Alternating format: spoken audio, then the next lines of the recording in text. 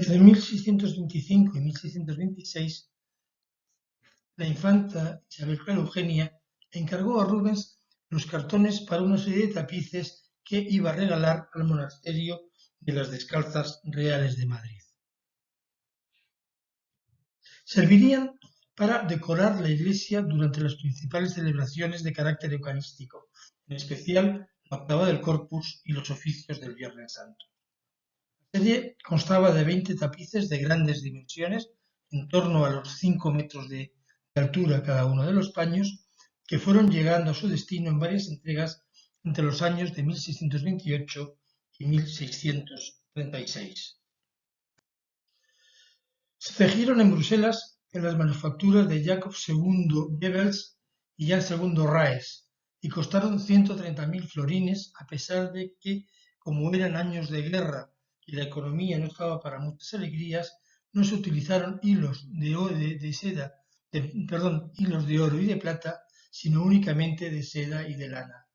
De todas maneras, se trataba de una cantidad fabulosa, sobre todo si tenemos en cuenta que 30 años antes, en 1600, el coste mensual de mantener las tropas españolas en campaña contra los holandeses se calculaba en 128.700 florines. Rubens realizó unos pequeños bocetos para presentarle sus ideas a la infanta, diseñó hasta en sus más pequeños detalles todo el programa sin necesidad de recurrir a los consejos de un teólogo. Y en las escenas de victoria y de triunfo demostró tanto su capacidad para crear alegorías como para adaptar a sus necesidades las formas y el lenguaje del arte clásico. Le hizo perder el carácter escultórico a sus modelos y le insufló una apariencia real de vida, hasta el punto de convertir un triunfo romano en una de las imágenes más emblemáticas de la victoria de la Iglesia de la Contrarreforma. Un tema que le estaba interesando mucho en estos años y que con un carácter profano era central en las series que había trabajado sobre la historia de Constantino y la historia de Enrique IV. El triunfo de la Eucaristía fue el encargo más importante que le hizo nunca la infanta gobernadora y es uno de los proyectos más ambiciosos desarrollados a lo largo de su carrera por Rubens. Rubens, que pocos años antes había hecho los cartones para otra serie de tapices sobre la historia de Constantino para el rey de Francia. Fue una serie famosísima, tanto que los hermanos Van den Hecke, que habían comprado los cartones originales, o por lo menos habían encargado una copia de ellos, pues se dedicaron a hacer reediciones de algunos de estos tapices en series más reducidas. Actualmente se conservan una docena, pero hubo bastantes más.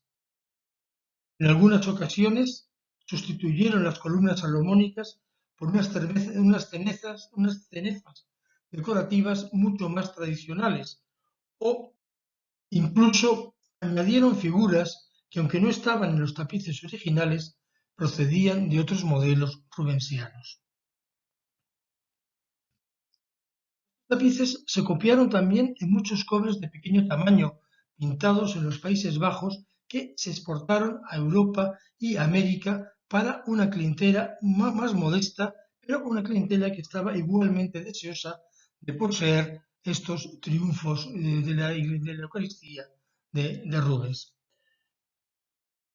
Pero, sobre todo, su fama y su influencia se debió a la popularidad que alcanzaron las series de grabados que los reproducían y que están detrás de las muchas copias que se hicieron de ellos, tanto a un lado del Atlántico como del otro.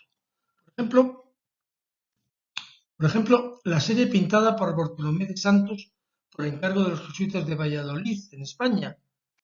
o en México las pinturas de Pedro Ramírez y las de Baltasar de Rioja en la sacristía de la Catedral de Puebla, un lugar, un espacio en los que tuvo que adaptar uno de los grabados a la superficie curva de la pared del testero. La infanta apreció tanto estos tapices que, aunque no encargó otra edición para sí misma, sí quiso conservar los modelos y los cartones que se encontraban en su testamento, cito, entre lo más preciado de sus bienes, pagando por todos a Rubens la enorme suma de 30.000 florines, es decir, aproximadamente la cuarta parte de lo que había sido el coste total de los tapices, en los que se habían invertido miles de metros de seda y de lana y el trabajo de centenares de tapiceros durante casi una década. Y esto nos puede resultar indicativo de hasta qué punto se apreciaba ya el valor puramente artístico de las obras de arte, muy por encima del valor de los materiales y de los recursos y del tiempo invertidos en su producción. Isabel Clara Eugenia había hecho con anterioridad muchos regalos a las descalzas, y también su marido, el archiduque Alberto, que era hijo de la emperatriz María, hermano de la archiduquesa Margarita, profesa en el convento. Año tras año habían enviado desde Bruselas grandes cantidades de breviarios, diurnales, rosarios, candelabros, figuritas de cera y otros objetos de devoción, mobiliario, ornamentos litúrgicos. También un tabernáculo dorado con 4 columnas y el retrato de su Alteza, e incluso un órgano y una reja de cobre y de bronce. Pero el regalo más suntuoso que se les hizo fue, con mucha diferencia, la serie de los 20 tapices de Rubens. ¿Por qué un regalo tan principesco y excepcional como este? ¿Por qué? Porque el convento de las Descalzas Reales no era uno más de los muchos que había en la corte. Había fundado la reina Juana de Portugal sobre las casas en donde nació y siempre mantuvo un vínculo muy estrecho con la monarquía. Allí están enterradas la infanta doña Juana y la reina Isabel de Valois. Mitad, mitad convento real, como era frecuente en España. El monasterio de las Descalzas sirvió de retiro a su hermana, la emperatriz María, que hasta su muerte en 1603 mantuvo allí una auténtica corte paralela.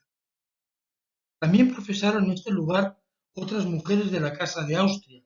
como la hija de la emperatriz, la archiduquesa Margarita de Austria, o Sorana Dorotea, hija del emperador Rodolfo II, o Sor Margarita de la Cruz, hija ilegítima de don Juan de Austria. La propia Isabel Eugenia también había mantenido una relación muy estrecha con aquel lugar, donde, aparte de las temporadas estivales, pues vivió con Ana de Austria y sus hermanos, mientras su padre, Felipe II, estuvo ausente ocupado en los negocios de Portugal. Y en 1598, en vísperas del matrimonio con su primo el archiduque Alberto, volvió a vivir allí durante un tiempo. Aunque las razones de Estado se lo impidieron, sabemos que tras la muerte del archiduque en 1621, su deseo hubiera sido abandonar el gobierno de los Países Bajos y retirarse de nuevo a las Descalzas Reales, vistiendo ese hábito de clarisas que había adoptado desde que, al quedar viuda, ingresó en la Orden Tercera de San Francisco. Por eso no es extraño que con frecuencia enviara desde Bruselas regalos destinados a aquel convento y a las monjas de su familia. La elección del tema ya es significativa de por sí y tiene muchísimo que ver con ese carácter asbúrgico, por decirlo de alguna manera, que tenía el convento de las Descalzas. La devoción por la Eucaristía y su defensa incondicional fueron una de las principales señas de identidad de la dinastía ya desde los tiempos de su fundador, el conde Rodolfo, a finales del siglo XIII. Una vez, estando de cacería, el conde se encontró con un sacerdote que llevaba el viático y le cedió su caballo. Cuando el sacerdote se lo devolvió, dijo: «No permita Dios que ni yo ni ninguno de los míos monte el caballo que ha llevado al criador». Y como premio a su devoción, Dios prometió recompensar a sus descendientes con ese enorme imperio del que disfrutaban. Y Felipe III tenía colgado en su dormitorio este cuadro de Rubens. Esta fue una acción que sabemos que repitieron en diversas ocasiones tanto Carlos V como Felipe II, Carlos II y Felipe IV, que todos los años acompañaba a pie a la custodia durante la procesión del Corpus Christi. Incluso aquella vez en la que la procesión se vio sorprendida por una terrible tormenta, el rey continuó todo el recorrido hasta el final sin buscar refugio, con la cabeza descubierta y empapándose bajo la lluvia. Dos de las obras de arte más importantes que se crearon en el entorno cortesano español de los siglos XVI y XVII, las dos se encuentra en el monasterio del Escorial, tiene como tema a nuestros monarcas adorando la Sagrada Forma. Una son los bustos funerarios de Leoni en el altar mayor del Escorial y el otro, el cuadro de Claudio Cuello en la sacristía del monasterio. Y en uno de los tapices de Rubens para las descalzas volvemos a encontrarnos, como paladines del catolicismo, al emperador Fernando II, a Felipe IV y la infanta gobernadora, los tres adorando a la Sagrada Forma. Pero los Habsburgo no solo honraron y adoraron la Eucaristía, sino que también la defendieron contra los ataques de los protestantes que negaban el milagro cotidiano de la transubstanciación, considerando que la misa no era más que un recuerdo de la última cena de Cristo. Y en óleos y en grabados difundieron el mensaje de que estaban dispuestos a defender a la Sagrada Forma de cualquier tipo de ataque o profanación,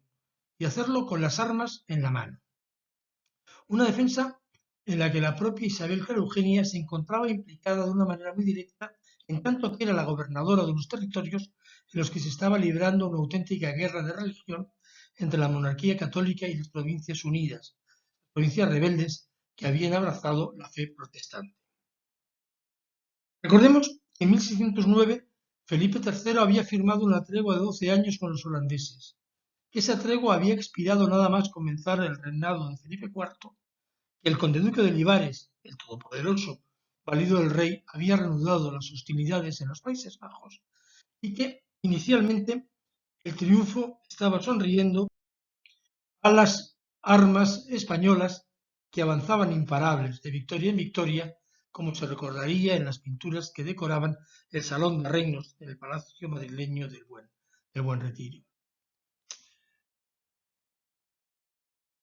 Las campañas militares con las que se inauguró el reinado de Felipe IV fueron especialmente fructíferas, y entre otras se obtuvo la resonante victoria de Anverso de Spínola sobre la ciudad de Breda, que se consideraba inexpugnable. En 1625, la propia Isabel Clara Eugenia en persona acudió a Breda para visitar a las tropas españolas que estaban sitiando la ciudad, y a su regreso a Bruselas se detuvo en Amberes para visitar a Rubens, que la retrató con los hábitos de clarisas. Se han propuesto dos fechas para el encargo de esta serie de tapices. La primera de ellas coincidiría con el momento en que, nada más morir el archiduque en 1621, pensó retirarse ella misma a las descalzas, siendo los tapices parte de su dote. La segunda coincidiría con ese momento de optimismo producido por la sucesión de victorias que tuvieron lugar a mediados de la década de los 20, pues el triunfo de la Eucaristía era, de alguna manera, la consecuencia de sus propios triunfos militares sobre los protestantes rebeldes, que, tal y como se estaba desarrollando la guerra, parecía que por fin iban a ser sometidos. Y así se augura en la alegoría que aparece en la parte inferior de este tapiz, que representa el perenne triunfo y gobierno de la Iglesia sobre el mundo. El globo terráqueo, rodeado por la serpiente que se muerde la cola, simboliza la eternidad. La pala del timón, el gobierno, y la palma, la victoria. Y era exactamente eso lo que se contaba en la serie del triunfo de la Eucaristía. La historia de una guerra que iba a acabar como la que se estaba librando en los Países Bajos con el triunfo absoluto de la única Iglesia verdadera, la Iglesia católica. De la misma manera que los dioses de los gentiles habían sido derrotados 1600 años antes, los que ahora estaban siendo vencidos eran aquellos que habían negado la Eucaristía y todos cuantos les habían seguido. Caídos por tierra y arrollados por el carro sobre el que avanza imparable la Eucaristía, podemos reconocer a Lutero y a Calvino, fielmente retratados, y también a otros heresiarcas más antiguos que tampoco creyeron en el misterio de la transubstanciación. Por ejemplo, Arrio, que aparece a la derecha del tapiz y arrastrando por el suelo una custodia, Anselmo de Amberes, derribado por San Norberto. Contemplando el círculo de los vencidos, un protestante iconoclasta destruyendo la imagen de la Virgen y unos judíos que llevan escondidas entre sus ropas unas hostias que iban a profanar. Y como las imágenes de Felipe IV y Carlos II que acabamos de ver, la infanta Isabel Clara Eugenia aparece con la custodia en la mano, como una nueva Santa Clara ejerciendo de protagonista, Fue Santa Clara quien en 1241 hizo retroceder a los piratas sarracenos que estaban asaltando el convento de San Damiano sin más armas que la custodia. Y era Isabel Eugenia quien 4 siglos más tarde, y vistiendo los hábitos de su santa patrona, aparecía en uno de los tapices como defensora armada de la Eucaristía junto a los santos doctores que la habían defendido con sus argumentos teológicos: San Ambrosio, San Agustín, San Gregorio y Santo Tomás de Aquino, San Norberto y San Jerónimo, que van en cabeza del desfile de los carros triunfales. A diferencia de lo que sucedía en el precedente más famoso de esta obra, a la disputa del sacramento de Rafael, o en la que él mismo había pintado apenas 20 años antes, aquí ya no existe tal disputa. Aquí quienes dudas han sido derrotados y aplastados. Ya no hay disputa. El debate ha concluido. Por haber vivido en el convento, Isabel Eugenia conocía perfectamente las ceremonias litúrgicas que tenían lugar en las descalzas, y los tapices de Rubens, cuyas medidas exactas se le habían suministrado, estaban pensados para servir de marco a las 2 celebraciones eucarísticas más importantes que tenían lugar allí: las vísperas del Viernes Santo y la octava del Corpus, cubriendo de suelo a techo el interior de la iglesia del convento y transformando el interior real de la iglesia en una nueva tienda del tabernáculo y un nuevo Sancta Sanctorum del Templo de Jerusalén. El orden salomónico y las dimensiones de los tapices, que son aproximadamente equivalentes a las de las 5 cortinas de lino que se describen en el libro del Éxodo, hacían una alusión directa al texto bíblico. Incluso el hecho de que lo que se está representando es una serie de tapices colgando de una arquitectura fingida podría verse también como esa voluntad de recrear el antiguo tabernáculo. Unas telas que, como están haciendo los ángeles de Rubens, los israelitas colgaban y descolgaban a diario durante su larga travesía por el desierto. En el siglo XVII, la nave de la iglesia presentaba una planta prácticamente cuadrada y diáfana, en donde, dependiendo de las ceremonias, se disponían sitiales, tribunas, altares y todos los demás elementos que requería la liturgia y el protocolo de la corte. Sabemos que tanto en las celebraciones del Corpus como en las del Viernes Santo se hacía un uso circular de la iglesia cuando los oficiantes marchaban en procesión alrededor del interior del templo, recorriendo los distintos altares dispuestos para la ocasión. Algo a lo que se acomodaba muy bien las comitivas y los cortejos de los tapices de Rubens, con su ritmo increscendo, unos cortejos que transmitían y reforzaban esa idea de movimiento. Al mismo tiempo, el paño principal de la serie, colocado sobre el altar mayor, estaría marcando de una manera premeditada un movimiento que guiaría al fiel hacia la puerta por la que las procesiones accedían al claustro de capellanes. Por otra parte, es posible que el paño del encuentro de Abraham y Melquisedec se colgara justo al otro lado, en el muro occidental del claustro, para establecer una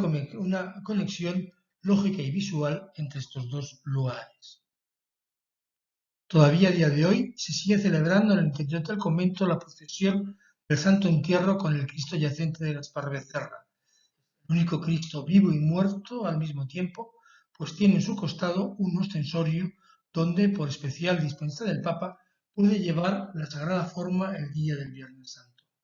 Con este motivo, el claustro de capellanes se vuelve a engalanar todos los años con los tapices de Rubens. Unos tapices que durante los siglos XVII y XVIII, y coincidiendo con determinadas fiestas u ocasiones especialmente señaladas, se colgaban también en el exterior de la fachada a la vista de toda la corte. La planta de la iglesia prácticamente no se ha alterado, pero no así su alzado, que ha sufrido importantes transformaciones con la disminución de la altura del presbiterio y con la construcción de órganos, púlpitos y unas tribunas fijas que ha modificado sustancialmente la estructura de sus muros, haciendo imposible en la actualidad colgar los tapices de Rubens. En estas fotografías antiguas podemos ver un pálido reflejo del efecto monumental que debía presentar el interior de la iglesia cuando, en vez de estas colgaduras rojas, lo que rodeaba al fiel eran los 20 tapices de la Eucaristía que, en 2 filas superpuestas, cubrían por completo los muros desde la cornisa hasta el mismo suelo. Pero es solo un palidísimo reflejo, porque los tapices de Rubens no estaban pensados únicamente para decorar la nave de la iglesia, sino para transformar su espacio, convirtiéndolo en un espacio y otro en el que nada era real y todo un engaño continuo para la vista. Una vista que se pierde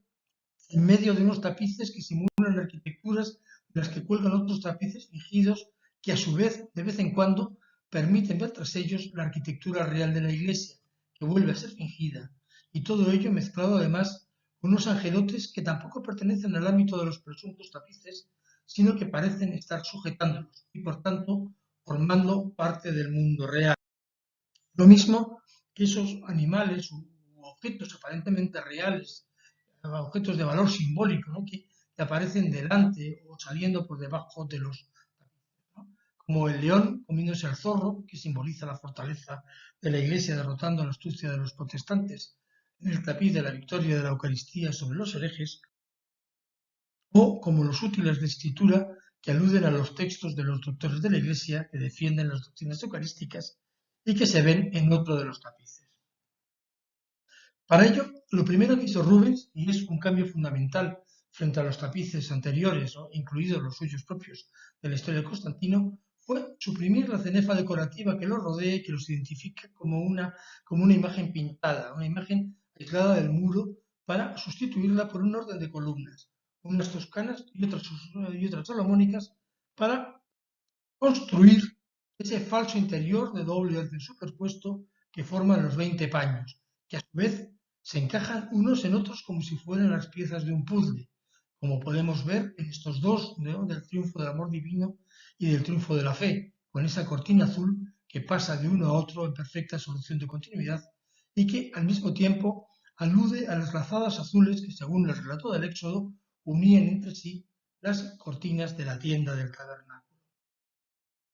Sin embargo, los tapices fingidos que cuelgan de estas arquitecturas siguen manteniendo la cenefa decorativa alrededor para hacernos ver que estos sí son verdaderos tapices, aunque en un auténtico tour de force ilusionista, algunos personajes u objetos sobresalen de los tapices fingidos y proyectan su sombra sobre la arquitectura presuntamente real de la que están colgados, como sucede, por ejemplo, en el triunfo de la Eucaristía sobre los sacrificios paganos, donde el pie de un sacerdote y el ánfora invaden el espacio exterior del tapiz, o en el triunfo de la Iglesia, en el que la ceguera camina pisando sobre la cenefa del tapiz que está enmarcando la escena. Por otra parte, la lógica constructiva del conjunto, un conjunto que estaba pensado para contemplarse desde el punto de vista del coro de las monjas, es absolutamente total, como se demuestra en el paño del encuentro de Abraham y Melquisedec, que cuando se traslada del nivel inferior al superior, no solo cambia el orden de las columnas que lo enmarcan, sino también la propia perspectiva de la escena para ajustarla a una mirada de abajo a arriba. Aunque no sabemos con absoluta exactitud cuál era su disposición original, los propios tapices nos ofrecen las pistas suficientes como para que podamos reconstruirla con muchas posibilidades de acertar. En los muros laterales, los santos y doctores de la Iglesia que defendieron la doctrina de la Eucaristía.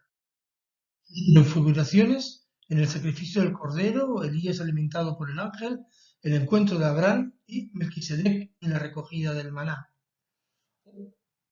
Sus victorias, ¿no? sobre los infieles paganos y la herejía y los carros triunfales de la fe católica y del amor divino.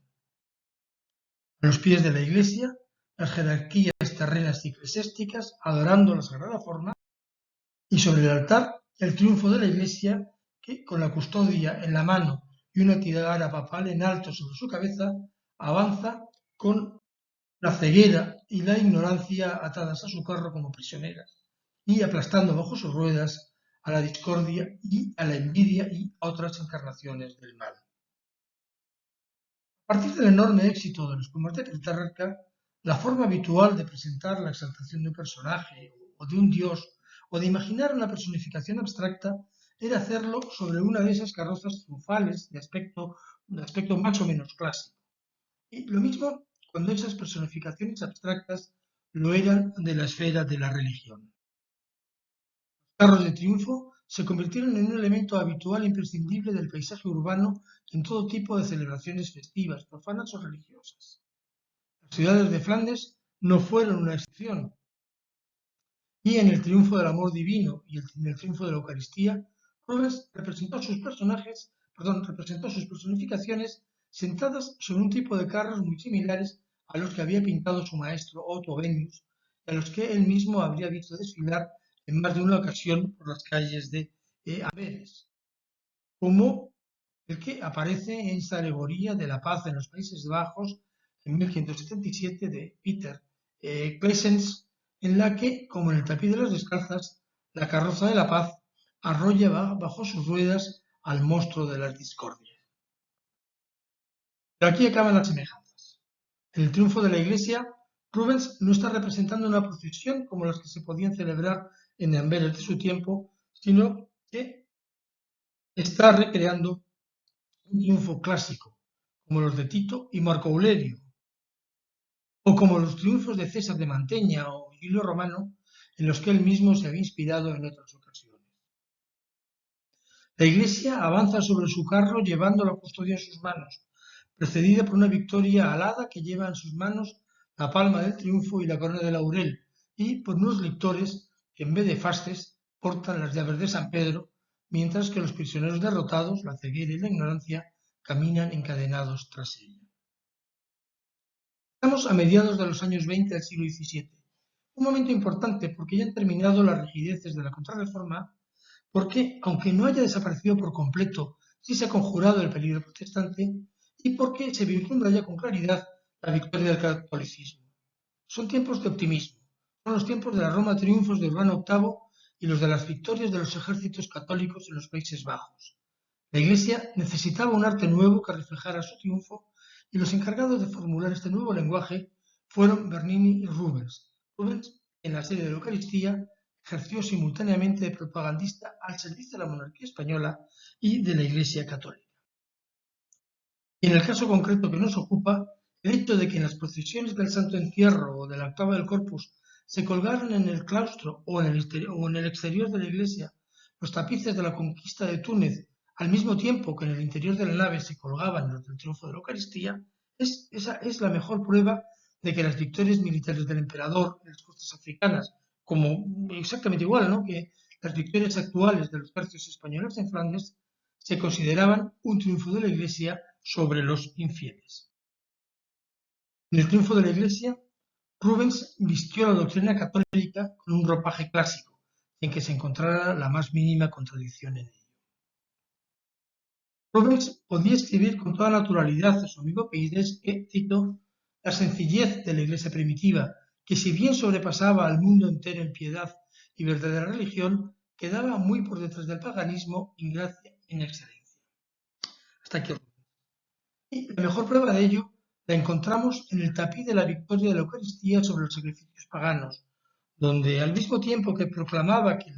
la conversión del pan y del vino en el cuerpo y la sangre de Cristo durante la misa había venido a sustituir a los antiguos ritos paganos de libación y del sacrificio del toro, reconstruía estas ceremonias antiguas con absoluta fidelidad arqueológica. Las vestiduras blancas del sacerdote, las ínfulas que adornaban el cuello del toro mientras se lo conducía al sacrificio, el luceus que contenía el vino con el que se iba a purificar y consagrar el animal, el upas que destazaba al toro con su hacha y el cultrarius que lo remataba con el cuchillo, son como los que aparecen en las escenas sacrificiales de los antiguos relieves romanos.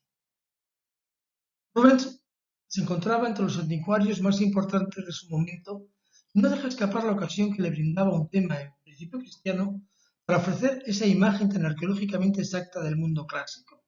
y exacta hasta en los más mínimos detalles, como esos alardes de erudición arqueológica que había hecho pocos años antes en las dos series de tapices dedicadas a la historia de la antigua Roma, las del emperador Constantino o las del cónsul Decio Mus.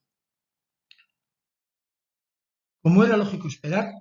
la arqueología cristiana era un nuevo campo de estudio y otra ocasión más para que Rubens hiciera gala de su erudición absoluta.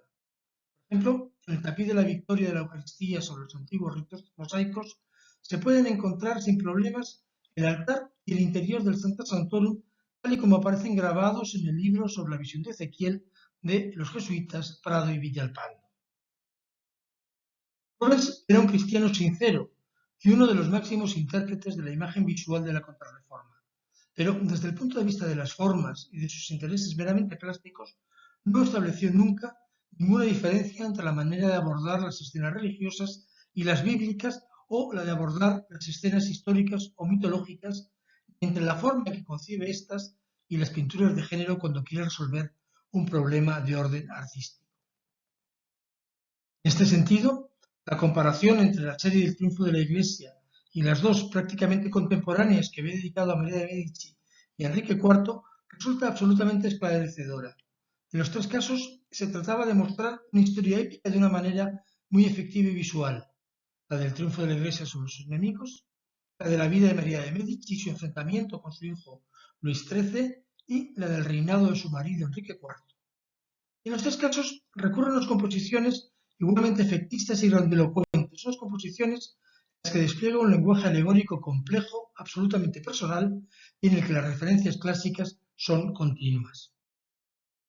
Comparando el triunfo de la Eucaristía de Rubens con el triunfo de la Iglesia de Ottomenius, por ejemplo, podríamos decir que más que ir acumulando elementos de un catecismo doctrinal demasiado ingenioso, Rubens prefirió componer un poema con una profusión de elementos que transmitiera su mensaje de una manera emocional a través de los ojos y a través de los sentimientos, más que por su argumentación explícita. Al principio de esta charla poníamos en paralelo los triunfos de la Iglesia y los de Enrique IV para darnos cuenta que no había ninguna diferencia entre ellos. Ahora podemos hacer lo mismo con el triunfo de la Eucaristía sobre los sacrificios paganos y el tapiz que representa el matrimonio de Constantino con Fausta.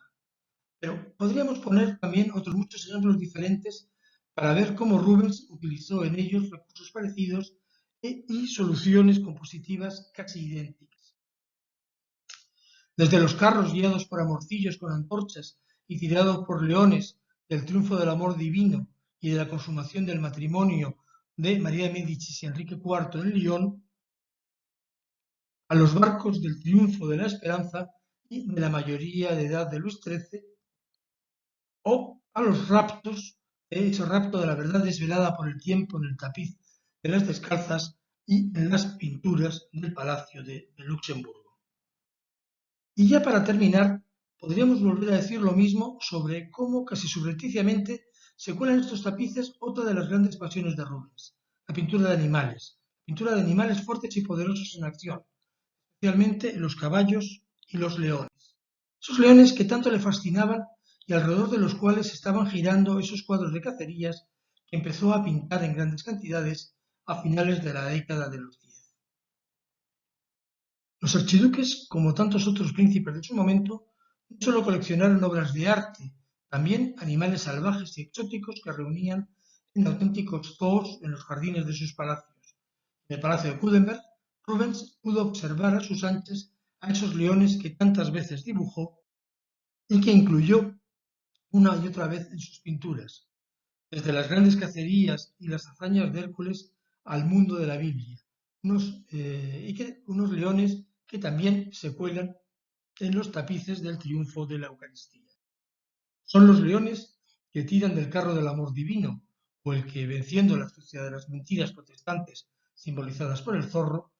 va a encarnar la nobleza y la fortaleza de la Iglesia y representar su triunfo frente a todos sus enemigos.